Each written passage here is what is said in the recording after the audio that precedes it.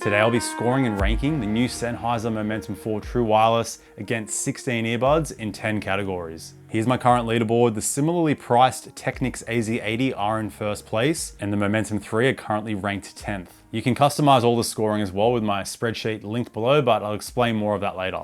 Now, there have been some solid improvements with the Momentum 4, but I just got to start off by saying the massive manufacturing fault on the previous model, the Momentum 3. Now, I've personally had no issues with my Momentum 3 over the last 2 years. But in the last year, I've read tons of comments on my videos and other videos of people's Momentum 3 just dying after a month or two. And Sennheiser did admit to this fault on their Instagram page, saying it was an issue with the battery. So they changed their battery supplier, but only time will tell if the Momentum 4 doesn't have the same issue. What I can tell you though is I actually had to return my first pair due to a fault, but I will explain more of that later. Now, the retail price is $349 US, and I paid 499 Australian dollars for these buds.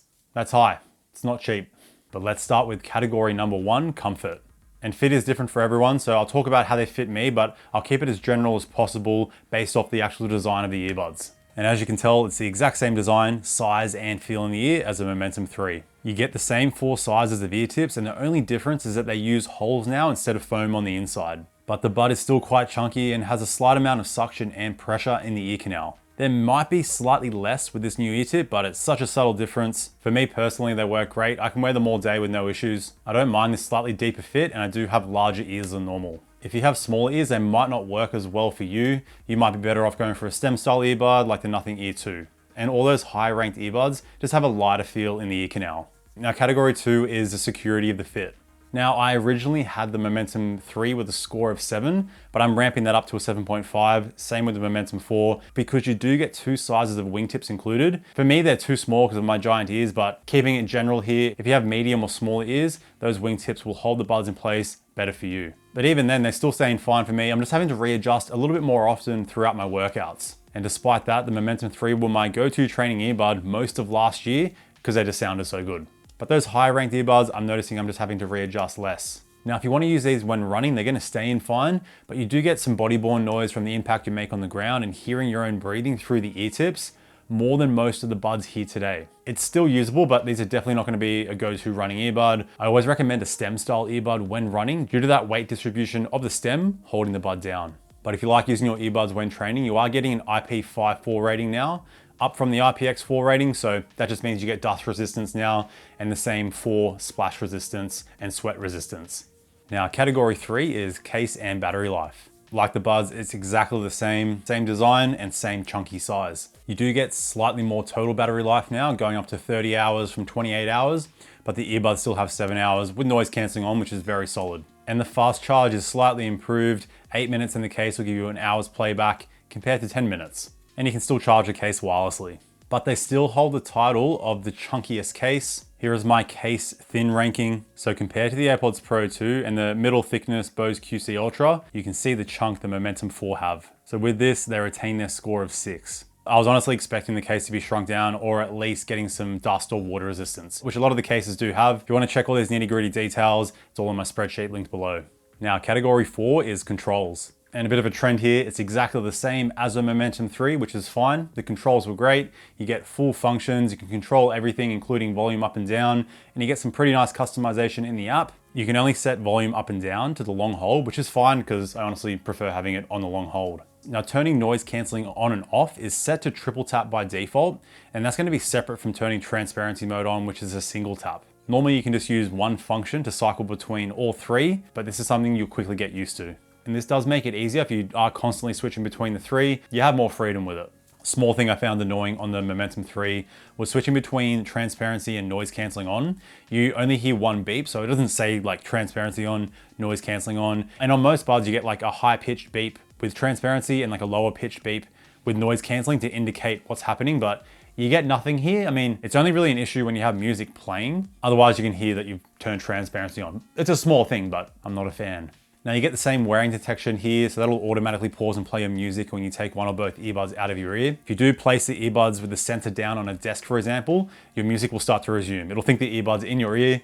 At this price, that really shouldn't be an issue. That definitely should have been fixed. And when you have noise cancelling on and you take one earbud out, the earbud that's still in your ear, the noise cancelling won't switch off. So you're gonna have noise cancelling on in one ear, which sounds kind of weird, Most earbuds, again, with wearing detection will turn transparency mode on automatically or turn noise cancelling off. Still, you get everything you need, so they get a score of 8. Although if you want the ability to control everything on one earbud, including volume up and down, you want to be looking at a pair like the AirPods Pro 2, Google Pixel Buds, Bose QC Buds, or OnePlus Buds 3. And the reason the Buds 3 are ranked number 1 is because you get that single bud use as well as the best customization. Now, category 5 is connectivity.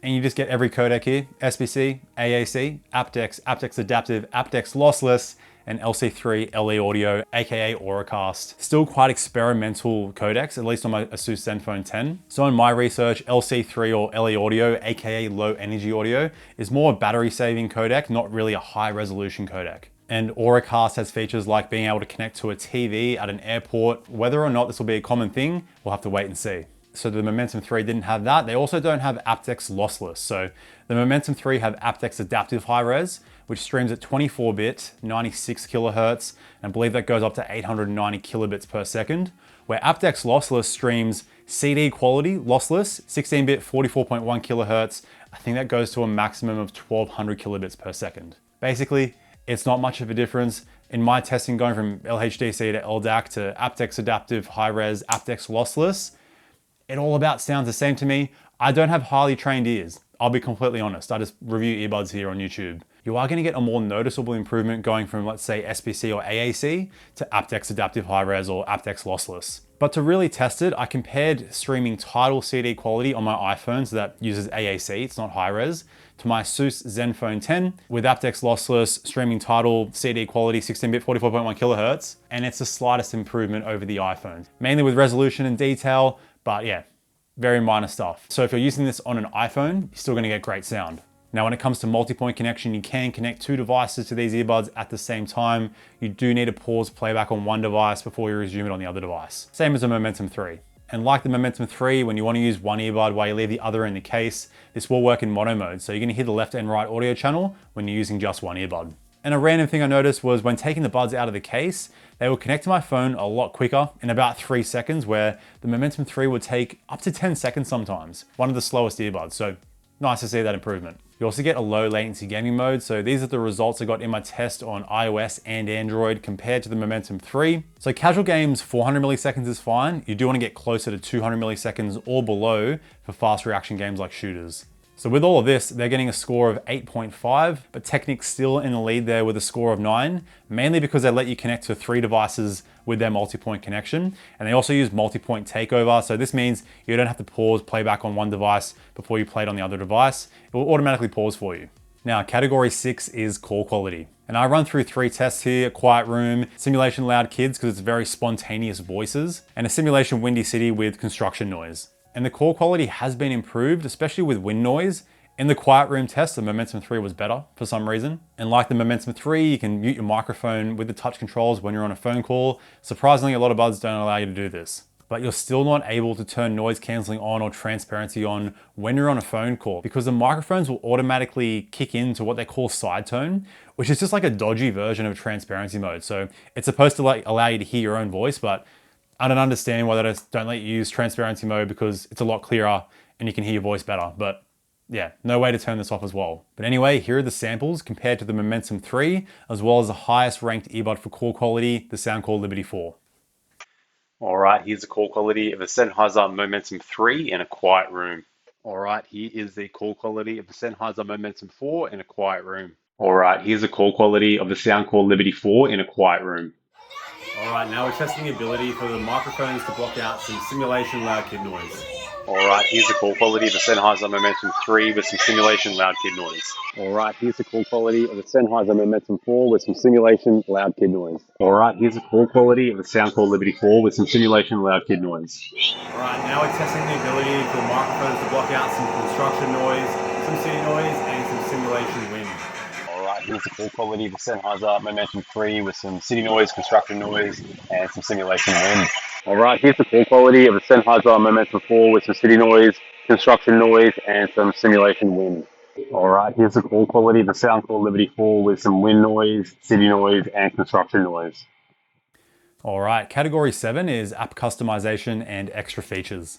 Now I've already covered some aspects, so I'll just touch on everything else and go in more detail later. Again, nothing really new here. It's still a solid app. You get a 5-band EQ, presets, and sound personalization, and you definitely need to use that sound personalization. I'll talk about that shortly. You've got your noise canceling, transparency, and touch control settings on that main page there. And you can customize what you see on the main page as well in the tile settings. You got a fit test to ensure the earbuds fit you well. You also get sound zones, which is like Sony's adaptive noise canceling, just not as good. So you can set noise canceling, transparency, and certain EQ customizations based on locations that you save into the Sound Zones app. Although you do need to create a Sennheiser account to use this feature, which I'm just not a fan of. Most of the big brands don't require you to do this. Now that settings tab is going to have your extra features. You have your codec options in there, and it's actually going to show you the sample rate, which I do like to see to make sure that you are actually streaming at the sample rate you want to. It's trickier than you think. A new feature here is a battery eco mode. All that means is that the earbuds will only use SBC or AAC, so only really useful on Android.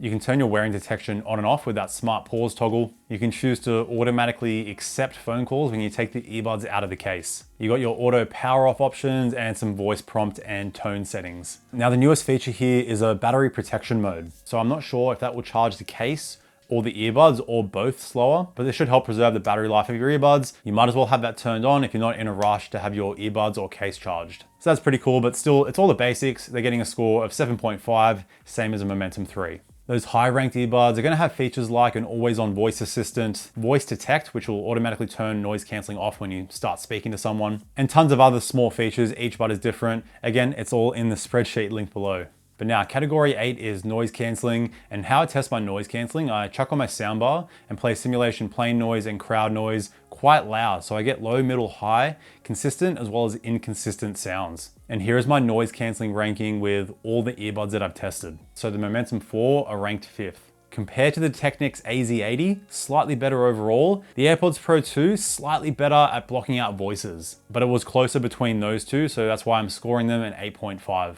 A pretty noticeable improvement over the Momentum 3, I'd say about 20% stronger overall. Now when it comes to EQ shift, this is how your sound quality changes with noise cancelling on compared to noise cancelling off compared to transparency.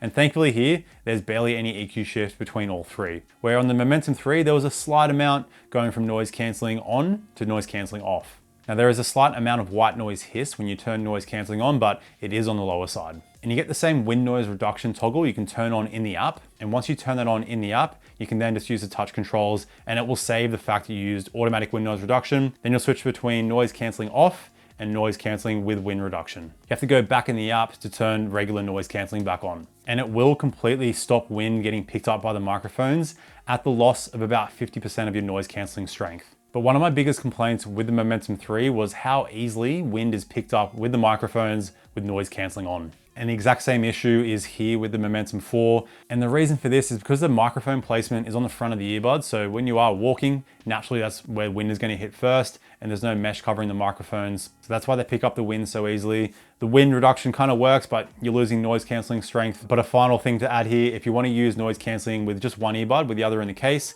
that works completely fine. Now, category 9 is the transparency mode.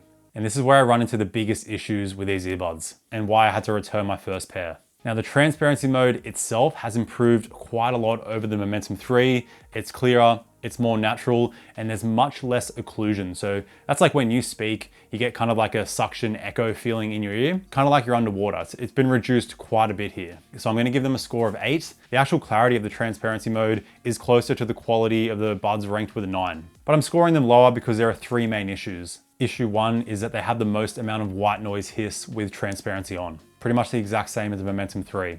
I also retested all my earbuds with how much white noise they have with noise cancelling on and transparency and added it to my spreadsheet. Momentum buds with a score of 4 out of 5. The lower the score, the better.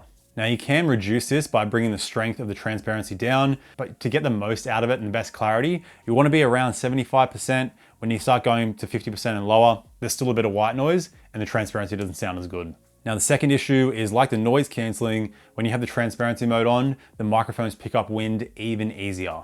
to the point where like I'll go on a walk outside or I'm just walking around the house and you can start to hear those microphones pick up that wind quite easily just from walking slowly. And there's no automatic wind reduction.